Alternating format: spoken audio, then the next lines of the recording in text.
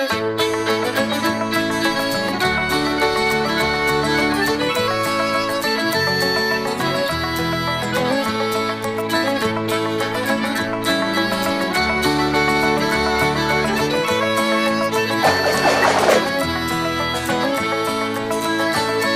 have always been passionate about politics. I have always participated in politics as a citizen. I love America.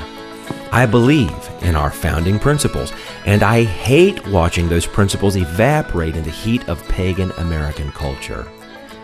But in 2004, I took my love of country to a whole new level, and I entered deep into the political world, not merely as a citizen, but as a pastor.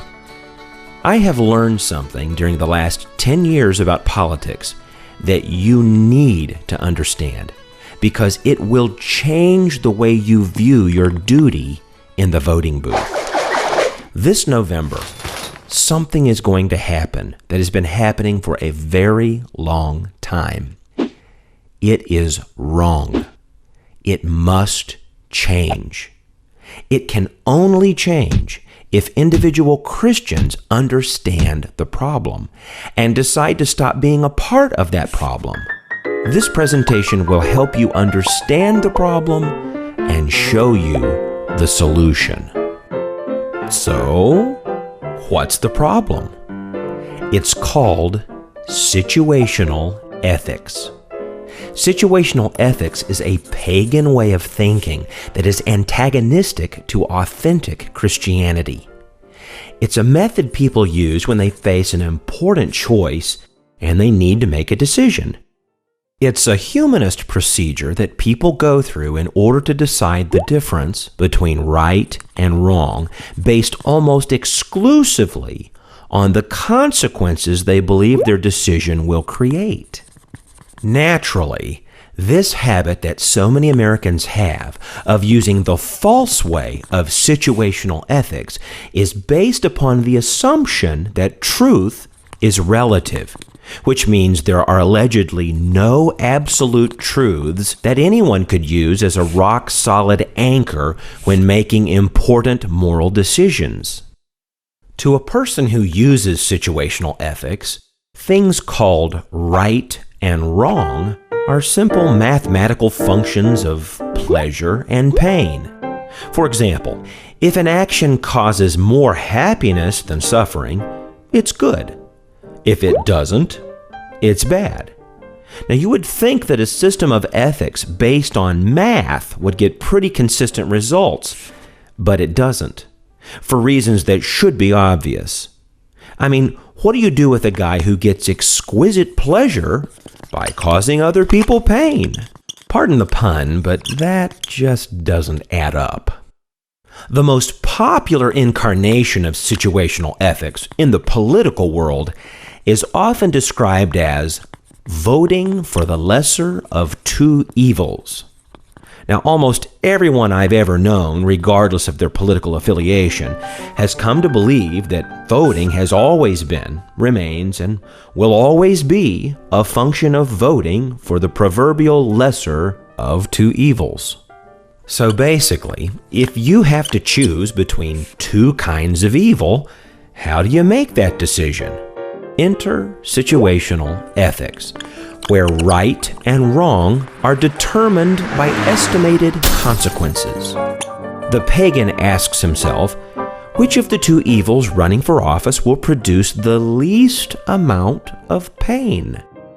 And then he marks his ballot and leaves the voting booth until the next election cycle. This November, something is going to happen that has been happening for a very long time. It is wrong. It must change. It can only change if individual Christians understand the problem and decide to stop being a part of that problem. If you listen carefully and think critically, by the time you make it through each step of this presentation, you will know the solution. Every 4 years in the month of November, Democrats all over America will enter the voting booth, and they will follow their conscience. How? Well, they will look at the two major choices they have for president, and they will ask themselves a simple question.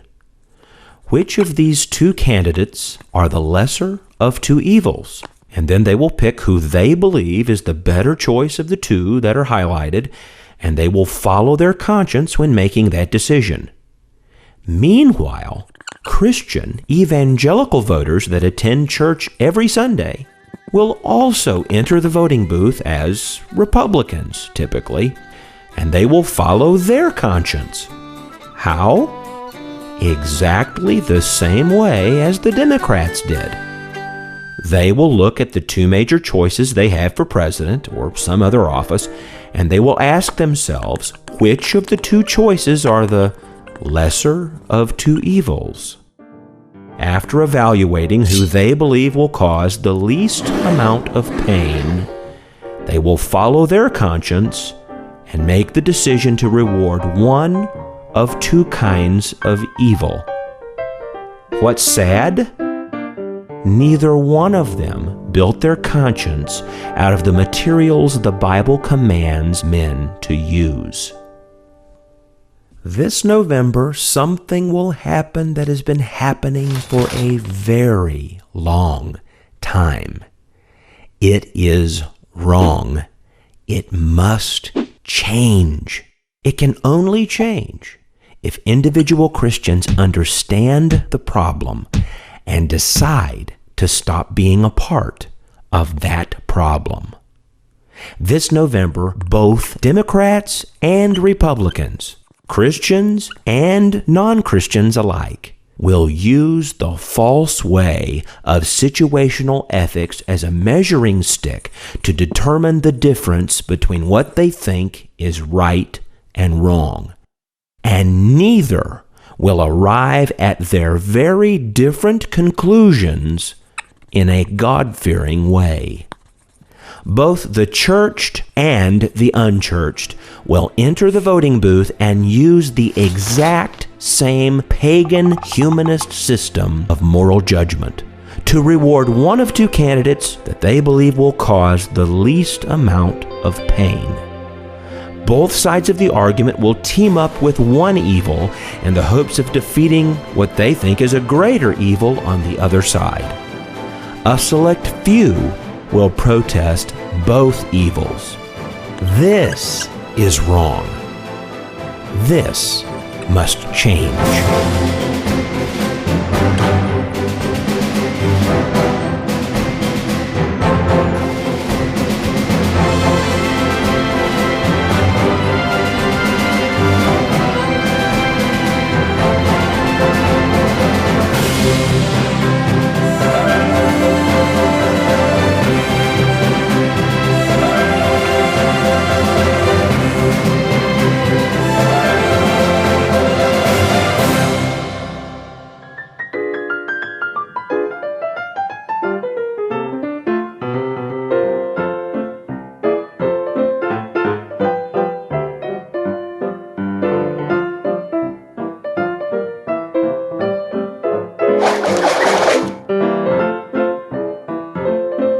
If I wanted to decide whether or not a particular product was worth buying, I would simply evaluate the product's customer reviews and determine whether or not it was worthy of my purchase. Intelligent people don't want to repeat recorded mistakes. For example, if I discovered that a particular brand of hairspray was rumored to have a history of making people's hair melt and fall out, I would not run down to the store and try it out to see if the rumors were true. But that is exactly how many Americans treat politics when they use situational ethics as the basis of their political decisions. The easiest way to determine whether or not a product should be used in your future is by looking at its performance history. If a particular hairspray has a history of melting hair just before it causes total baldness, then is it reasonable to expect a different outcome in your future if sprayed on your head? I would demand the company responsible to change their formula to something healthy and helpful before I'd repeat the error of the last accidentally self-made Telly Savalas. This November, something will happen that has been happening for a very long time. It's wrong. It has to change.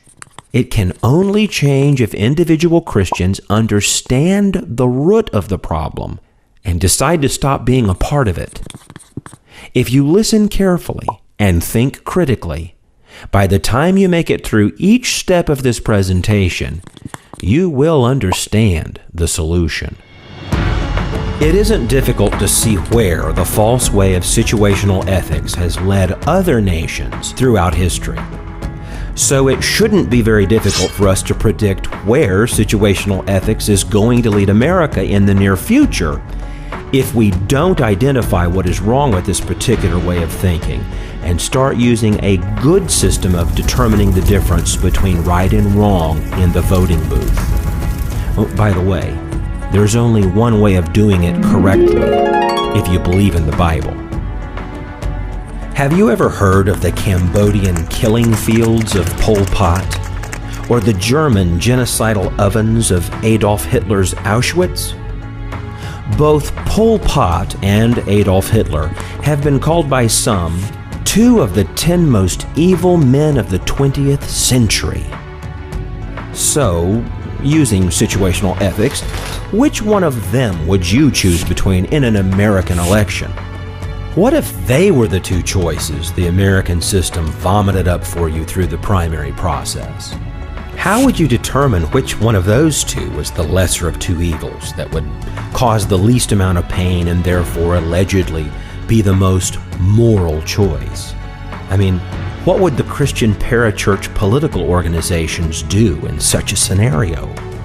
Sadly, I already know what they would do. If you don't vote for Pol Pot, we're going to end up with Hitler. Don't you realize that Pol Pot only killed 1.4 million people between 1974 and 1979? Compared to Hitler, who killed 11 million people between 1939 and 1945. Pol Pot is the clear moral choice for the evangelical Christian voters of America. Yes, he has issues that we don't agree with, but at least by electing him, we have a better chance of surviving the next 4 years. I can hear the protests now. That's a ridiculous hypothetical. It would never happen. Oh, I'd never pick between two evils of that magnitude. Okay, probably not. But don't miss the whole point of me asking you the question. You see, your own response to my hypothetical question just revealed something to you. If you will just pause for a moment and simply listen to yourself, you instinctively understood that situational ethics, or the lesser of two evils thinking, at some point fails to be a legitimate way to determine what are right and wrong choices. You have a threshold that you've probably never thought about before, that even you won't cross. A point where the lesser of two evils is, in and of itself, so evil that it would violate your own standards of morality to support either choice. I'm glad I could expose that reality to you. You needed to know that such a line existed in your own conscience. It's a very good thing that most human beings have such a line that they will not cross. The problem, of course, is that everyone these days seems to be drawing that line in a different place.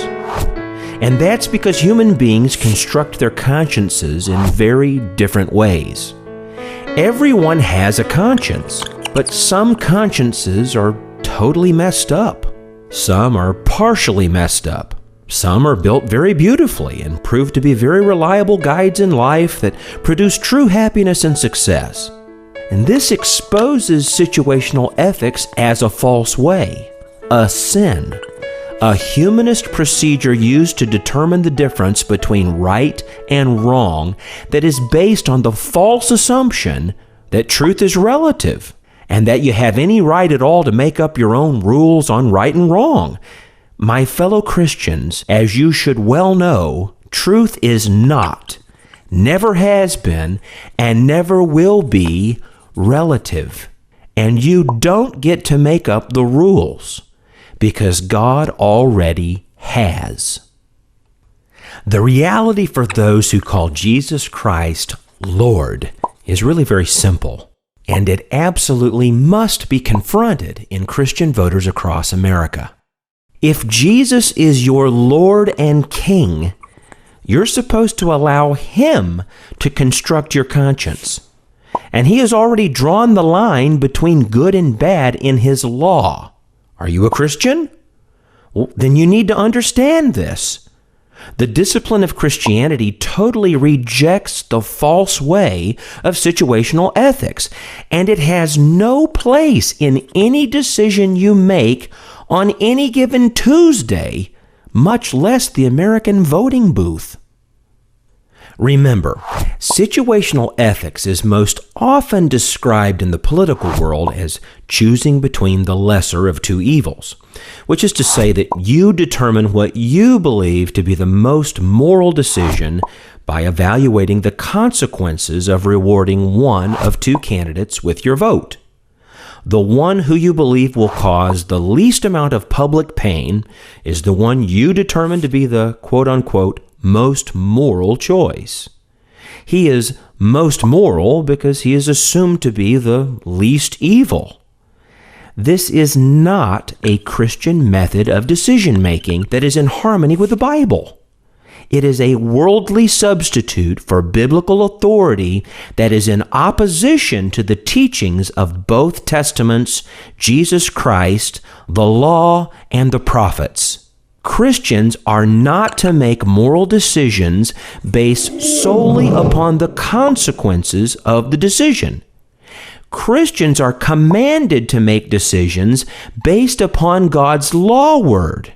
To a God-fearing Christian who understands reality under the authority of God and His Word, there is no such thing as a moral obligation to vote for someone you find morally objectionable.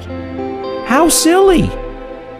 Josh Craddock said it this way: voting for a candidate who doesn't represent us to get rid of a candidate that doesn't represent us results in a government that doesn't represent us. There is a better way. There is a path toward the resurrection of the America that once was. Do you want to know what it is? Then take the next step in what many have called a mind-altering presentation.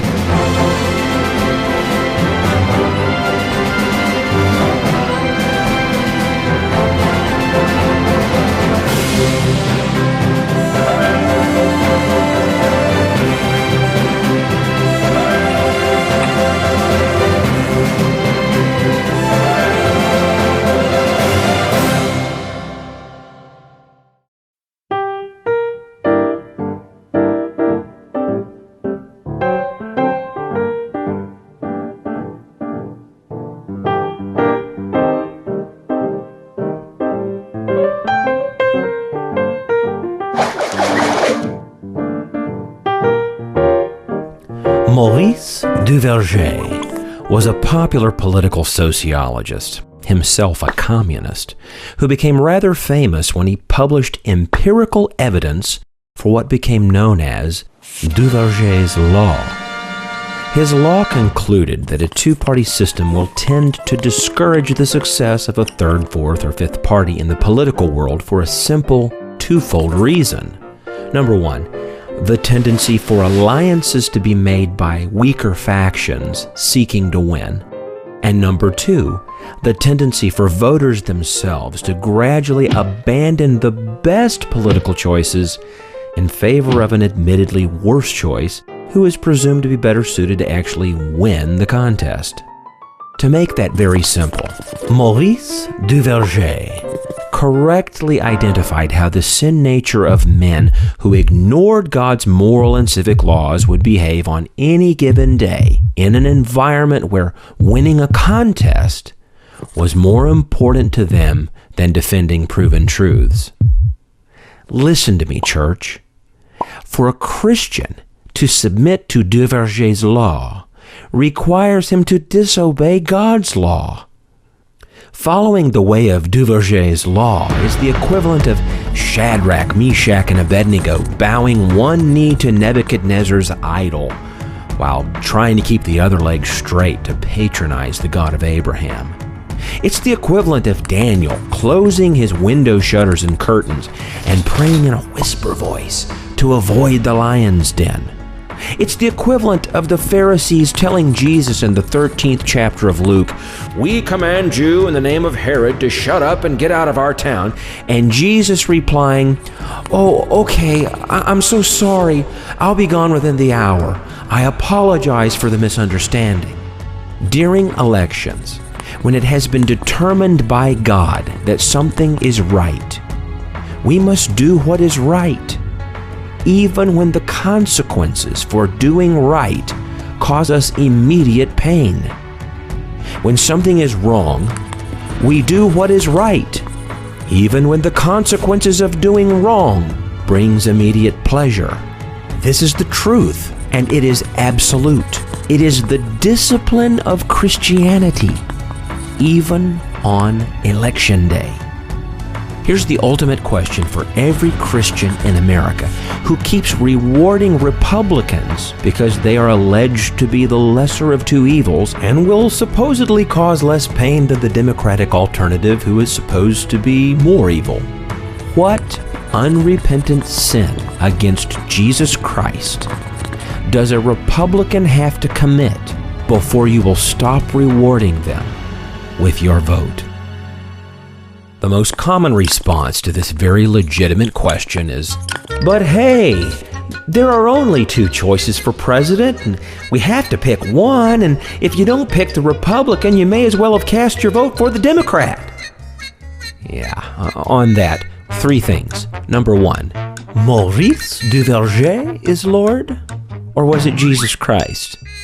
Number two, if it was true that by not supporting a dirty Republican, you are automatically supporting an even dirtier Democrat, then it must also be true that by not supporting an even dirtier Democrat, you are automatically supporting a dirty Republican. Wait a minute. Number three, if either one of those two cliches are true, then if you choose not to support either one, wouldn't you allegedly be helping both of them at the same time? Obviously, this argument is silly and illogical. It's actually just propaganda used by people who act like Duverger is their Lord and Savior, and winning a dirty contest is more important than cleaning it up. Who is your Lord? Maurice Duverger or Jesus? This whole discussion exposes another fatal problem with the lesser of two evils thinking in American politics. It totally ignores the fact that no one is actually limited to only two options on any given ballot, because there's a third option, the write-in blank. If Maurice Duverger is your Lord, then you are duty-bound to follow Duverger's law. And compromising sacred truths is what you do in order to win. If Duverger is Lord, then you must pick between the two evils so you can be a winner, even if that means abandoning the better people running for office in order to call yourself a winner. This begs another question. When evil people win, is anyone really a winner? If I ever voted for a candidate I did not approve simply because others insisted that I should do so, I would cease to really give my voice to the political world. My voice would be silenced behind the voice of groupthink, and the entire purpose of a ballot would be cheapened so as to disgrace the dead on history's battlefields. A write-in blank is equal to or greater than a check mark. And if Jesus is your Lord, as opposed to Maurice Duverger, the value of your vote is determined by fixed universal truths beyond human jurisdiction. God be my judge and God be yours. Folks, picking which candidate to support is as important as picking which candidate not to support. Let the law of God be your moral anchor, not the popular choice of your party, who is most likely following Duverger's law while rolling their eyes at the mention of God's law. John Adams said it this way: Vox populi, vox Dei. The voice of the people is the voice of God, they say. And so it is sometimes. But it is sometimes the voice of Mohammed, of Caesar, of Catiline, the Pope, and the devil. You see, when a consecrated Christian rejects a Democrat candidate because he and his party enable evil things like baby murder, the murder of the sick, old, and infirmed, sexually perverted lifestyles, and the theft of private property called wealth redistribution, and then spins around in the next moment to support a Republican candidate who is guilty of the very same crimes against God's law, he clearly reveals a double standard, proves he is in idolatry of party, and verifies he is an authentic hypocrite.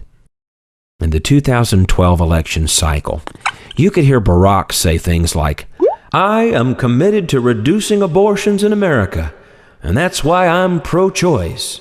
You could also hear Mitt Romney say, "I am committed to reducing abortions in America. That's why I'm pro-life." But the end result of either man in office was identical.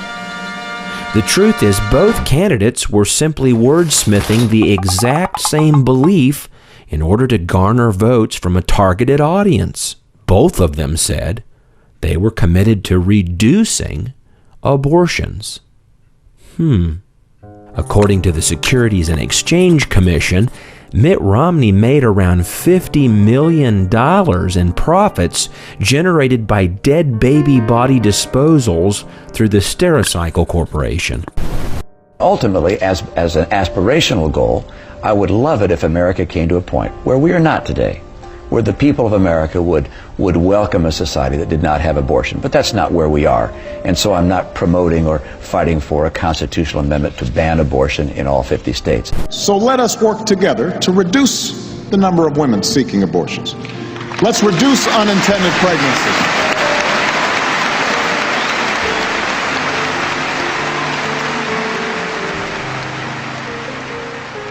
We conclude that liberals make their money on the front end of baby murder, and fake conservatives make theirs on the back end of the for-profit murder mills. The question is simple and bears repeating. What unrepentant crime against Jesus Christ must a Republican commit before we will stop rewarding them with our votes? This November, something will happen that has been happening for a very long time. It's wrong. It has to change, or the future of America is doomed.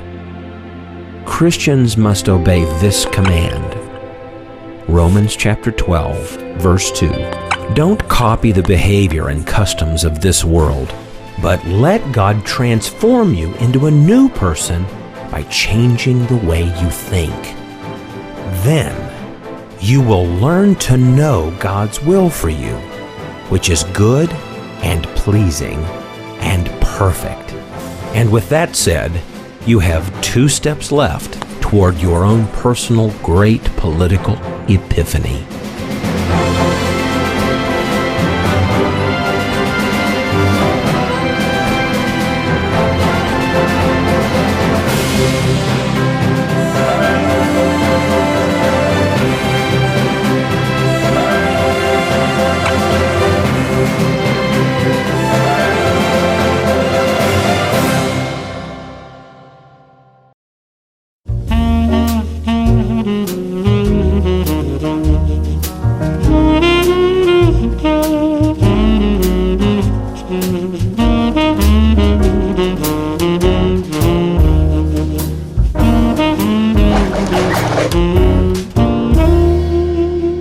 I sinned by voting for John McCain in 2008.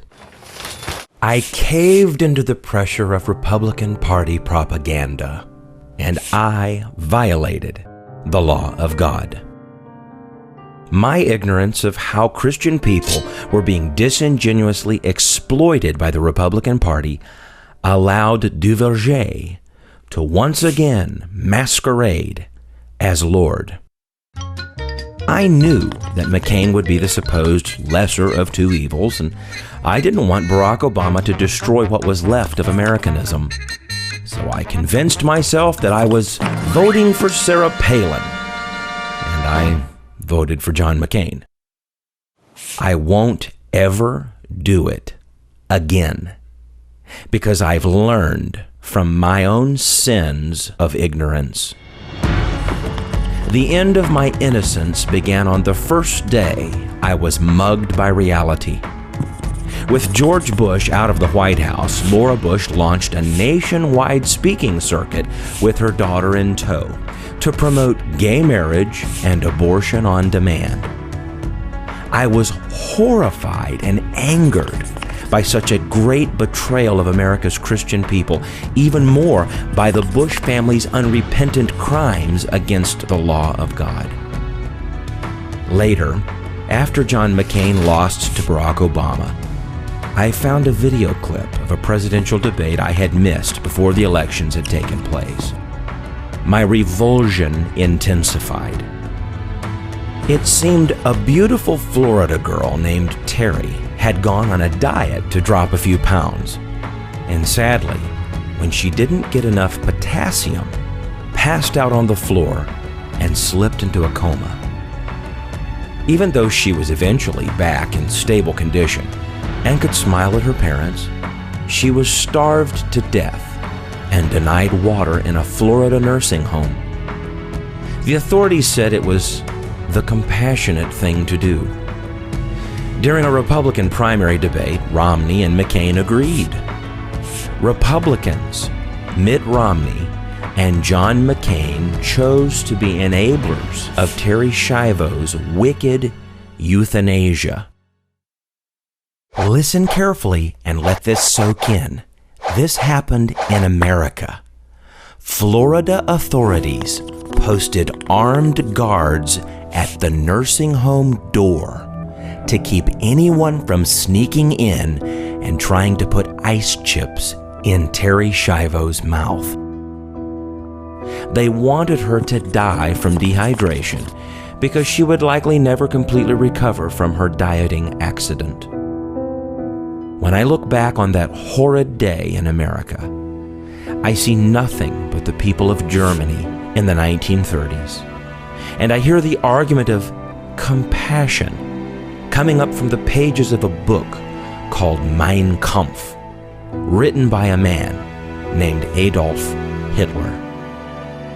America has been sliding toward the left for at least the last 100 years. Our nation lunges to the left when a Democrat wins a popular election, and it steps to the left when almost every Republican wins. This is the result of what the political scientists call Duverger's law.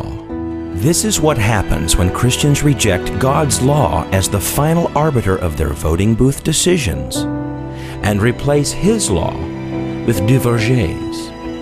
This is what happens when God's absolute laws are no longer used as the true anchor on the right, but instead, the position of the hard left becomes the center of gravity, and the soft left calibrates its new position by walking 6 steps to the right of the hard left. The frightening revelation that we've just established here is simply this. For both Democrats, the hard left, and Republicans, the soft left, the reality is the only anchor point being used by both parties is always the left. The question is, how do you defeat Duverger's law? The answer is the law of God. This is what happens when citizens treat politics as if it were a mere sporting event and hope their favorite team can win the competition. This is what happens when winning is more valued than how the game is played. This is what happens when we are driven by consequences instead of absolute truth. But politics isn't really as simple as a fun game of basketball, is it? Political decisions kill people. She wore glasses over her life. Because her one eye rolls in on her. Doesn't it? Huh? Isn't that one eye that rolls in on you? We used to make fun. You remember that? We used to laugh at that. Political decisions kill people. I'm certain the devil knows that that is true. And if you didn't already, now so do you. If I were the devil, I would do 3 things to destroy America. Number 1, I would get a supermajority of evangelicals to adopt pagan, humanist, situational ethics, the lesser of 2 evils pseudo-logic. And I would use fear to drive them to always vote for what they believed would cause the least amount of pain. Number 2, then I would make sure that the hard left, the Democrats, were always more evil than the soft left, the Republicans. And number 3, I'd make sure that the soft left figured out that evangelicals would always reward them with support no matter what they did, so long as they took care to be the lesser of the 2 evils. That way, the soft left would never have any reason to conform to absolute truths the church still accidentally possessed and repent. And they would remain free to continually move to the left with none of those pesky, unreasonable absolutes. Voila! Evangelicals would become my unwitting secret weapons to guarantee that America always moved to the left and always grew further away from God until they eventually collapsed. And I would do it slowly over a century so that most of the religious leaders would fail to catch on to my little scheme. Brilliant, ain't it? Why, if I were the devil, I'd deserve like an honorary doctorate in political science or something. Fame, fortune, a seat at the table. Oh, and I'd crush anyone smart enough to figure out that the way to ruin my plan was to revolt against the soft left. And I would enlarge the influence of any Christian in America that couldn't figure it out. I'd make the smart ones as socially and religiously popular as Noah. So how do we stop America from continuing its leftward lemming march over the deadly cliffs of moral and fiscal insanity? We re-anchor our political system on the right, opposite the cliffs of insanity, with the only chains strong enough to stop the momentum we've built while heading in that wrong direction for so long. God's immutable laws. And by choosing to do so, we refuse to go along with Duverger anymore. We let him know that he is not our Lord, and that his humanist pagan law has now been replaced with God's law in our lives. We would like very much to win, but aren't willing to violate God's law to do it ever again.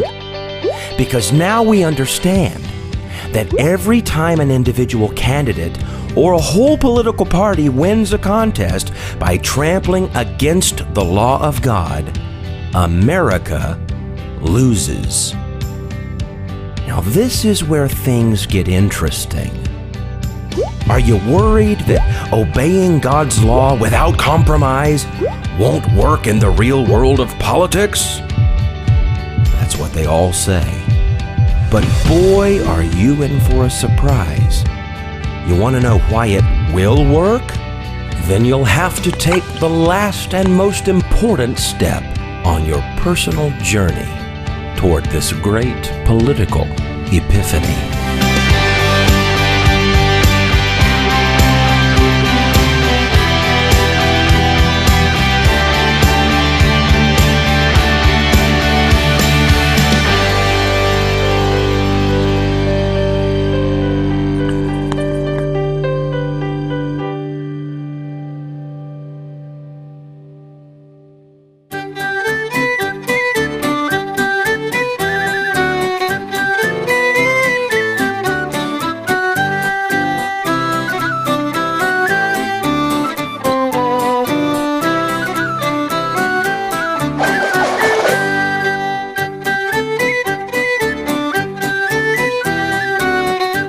Do you know what happens to a child that is never told no and is never punished for terrible behavior? Any psychiatrist worth his salt will tell you that if you reward a child for bad behavior, they will eventually become a monster. A political party is a lot like a child, because a political party is simply a group of human beings coalescing into a larger group and bringing all of their own childhood proclivities, good and bad, with them. What happens to a child that is never told no and is never punished for terrible behavior, or worse, rewarded for terrible behavior? The same thing that has happened to the Republican Party over the last many years. Every time the Republican Party betrays its faithful Christian base by ignoring God's law, we Christians have historically responded by grumbling down to the local polling station and rewarding them with our vote. That's right. Christians almost never punish the Republican Party for their continual transgressions against God's law. As a result, the Republican establishment does not care if we grumble about the bad choices they keep making and the bad candidates they keep conjuring up, so long as we grumble down to the voting booth and reward them yet again with more power. Did you know that the Republican establishment despises you and makes jokes about you and your faith when you're not around to hear them?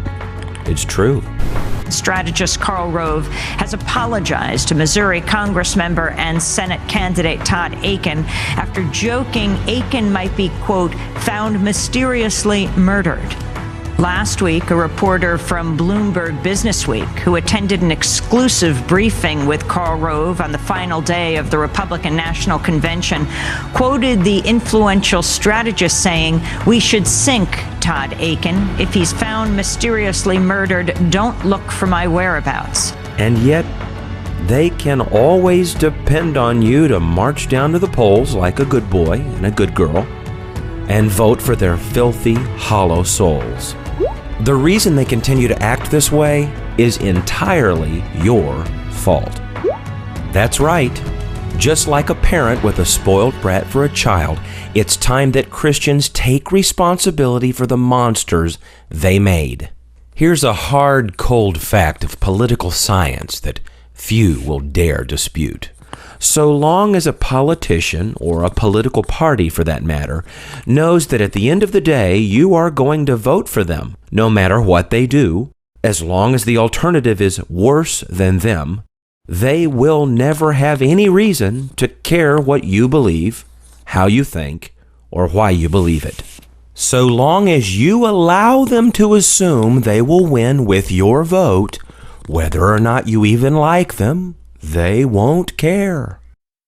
Now, you may finally understand why the honest right of the Republican Party and the honest left of the Democrat Party are continually annoyed with their candidate choices. The candidates are far more concerned with what the independent voters think than what their own party faithful think. Because the candidates know that they have to win the majority vote in order to defeat their opponent. And if independent voters don't like them more than the other guy, they, unlike you, won't vote for them. Did you catch that? Do you see it? If a candidate who conforms to Duverger's law, or a political party that conforms to Duverger's law, believes you will also conform to Duverger's law and vote for them as long as you believe they're the lesser of two evils because you want to win, they will never care what you think. They will not change, much less consider the possibility that they might actually be wrong. No. They will care more about the independent voter because they know he will not vote for them if he's too put off by their positions, because that's what an independent voter is. It's a person who does not neatly and faithfully obey Duverger's law. Remember, Republicans and Democrats alike live by one law in the political world. Duverger's law. They only seek to win. The party, to them, is like a favorite sports team in an exciting contest. Being the winner is the goal. They don't see politics for what it really is. A tool of death and destruction in the wrong hands, where how the game is played is every bit as important as winning. They are so used to evils like abortion that they've become completely numb to its evil. They use it as a tool of disingenuous manipulation every single election cycle with no real intention or expectation of ending it, because they know it's important to you. It's just bait. As long as you cooperate with Duverger's law yourself, if you allow Duverger to masquerade as Lord and abandon good candidates and noble principles for whoever the media told you is most likely to win, then the lesser bad guys will remain just that, most likely to win. So, the little-known secret to saving America is simple. Christian evangelical voters who have all the real solutions for the peace of the entire world, both sung by heavenly hosts announcing his birth in Bethlehem, and neatly organized into a book they call the Holy Bible, must actually obey that Bible, reject Duverger's law, and instead obey God's law. It's time for the bad parent of the spoiled child to lay down some tough love. Here's what this means. When a Republican doesn't abide the following 4 common sense laws of God, we must all, with solidarity in the body of Christ, refuse to vote for the Republican candidate. We must refuse to vote for him no matter how rotten the alternative is. Let me be very clear, since we are no longer moved by consequences of obedience, having embraced God's law and rejected the false way of Duverger's law and this culture's situational ethics. If the Republican in our district is running against the unholy incarnation of Satan himself, we refuse to listen to the abusive false morality produced by Duverger's law shouting, "If Satan gets elected, it will be your fault because you didn't vote for me instead." And we inform the candidate that Satan's coming election victory is quite naturally his fault, because they chose to be a candidate we could not support in good conscience, for the same reasons we can't support their opponent either. Then, because we reject the proverbial satanic incarnation of the far left for the same or similar reasons that we reject the Republican nitwit, which means we are consistent and fair in our basis for rejection, we use our write-in blank and put down someone's name that is more honorable than the pathetic Republican the pagan worshippers of Duverger's law vomited up as our supposed only choice during the last primary battle. God's law makes something very, very clear. Sometimes Republicans, like Democrats, deserve to lose. After enough pain and loss, the soulless pagan Republicans will only be able to choose one of three logical options. Number 1, remain rebelliously and cultishly loyal to the mindset described by Duverger's law, and realize that if he wishes to win, he's going to have to force himself to put on a happy face and handle power in a way that will patronize the ongoing powerful support of strict, annoying, and unreasonable evangelical voters, even though he privately can't stand them. Number 2, finally have his own personal epiphany about what making Jesus Lord of his own life actually means. Repent and desire with all of his heart, mind, and soul to please our Creator by running for office and giving God the glory through his life, whether therefore he eat or drink or whatsoever he do, which is to say that he rejects Duverger's law and replaces it with God's law personally. Number 3, keep losing every election like some kind of a goofball that never learns until he finally gets so depressed and so angry that he gives up and goes away. In each of these three cases, the candidate notwithstanding, America is better off. Some will make the patronizing and condescending charge. You Christian voters are so unreasonable and impractical. You have all these lofty purity tests, and you won't support people unless they're pure enough. The truth is, if a candidate can't meet the following purity test, they are too dangerous to ever be trusted with an ounce of political power, and they most definitely deserve to lose any attempt to obtain it. Here's the fresh plumb line for Christian voters. It's not Duverger's law with us. It's God's law. So if you cannot abide these 4 simple and reasonable requirements, don't bother asking for our vote, because we won't give it to you under any circumstances. Number 1 is a combination of the 5th and the 7th commandments. Honor thy father and thy mother, and do not commit adultery. Dear candidates, whether by your own bad example or by your own bad decisions as a legislator, stop threatening the institution of the traditional family. Adultery is wrong. Among its many victims, it is a form of abuse that particularly harms children. Along similar lines, homosexuality is wrong. It is against nature and nature's God. It is harmful to those who engage in it, and it is absurd to attempt to redefine marriage to accommodate it. Number 2 is taken from the 6th commandment of God. Thou shalt do no murder. Dear candidates, stop murdering children. Abortion is to be outlawed. There are no exceptions. Along similar lines, do not allow this culture to begin the sick practice of murdering the elderly either. Euthanasia is demonic and barbaric. There will be no exceptions. Number 3, we combine the 8th and the 10th commandment.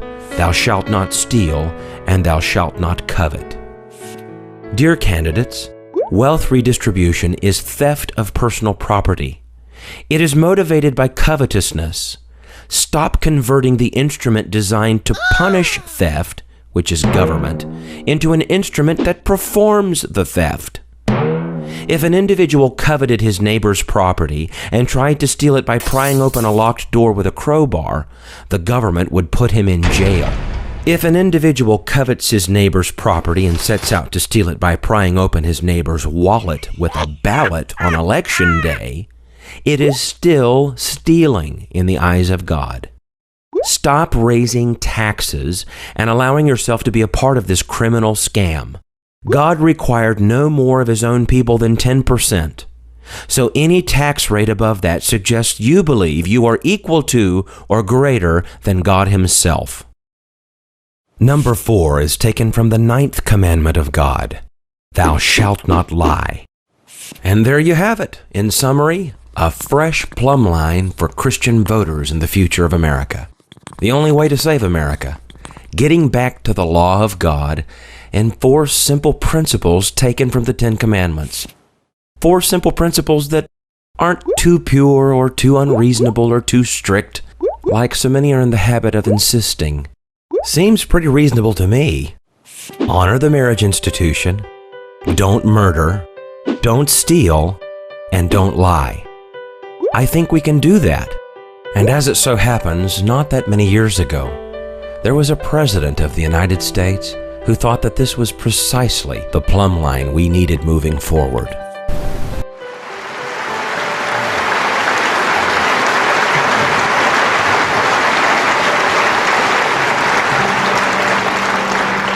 Standing up for America also means standing up for the God who has so blessed this land.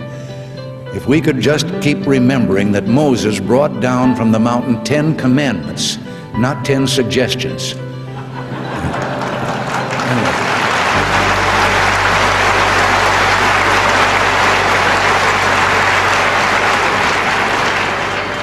And if those of us who live for the Lord could remember that He wants us to love our Lord and our neighbor, then there's no limit to the problems we could solve or the mountains we could climb.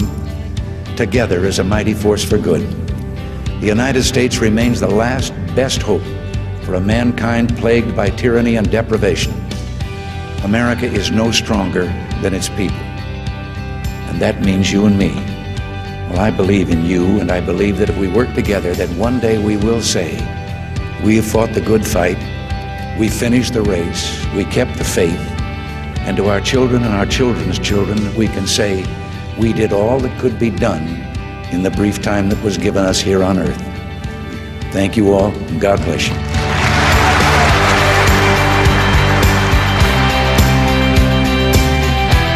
To find out more about how the 10 Commandments can resurrect the greatness of America again, get your copy of my newest book, A Storm, a Message, a Bottle, by Reverend Cary K. Gordon at www.cornerstoneworld.org. Use the mighty voice of your pulpits and the powerful standing of your churches to denounce and isolate these hate groups in our midst. The commandment given us is clear and simple. Thou shalt love thy neighbor as thyself.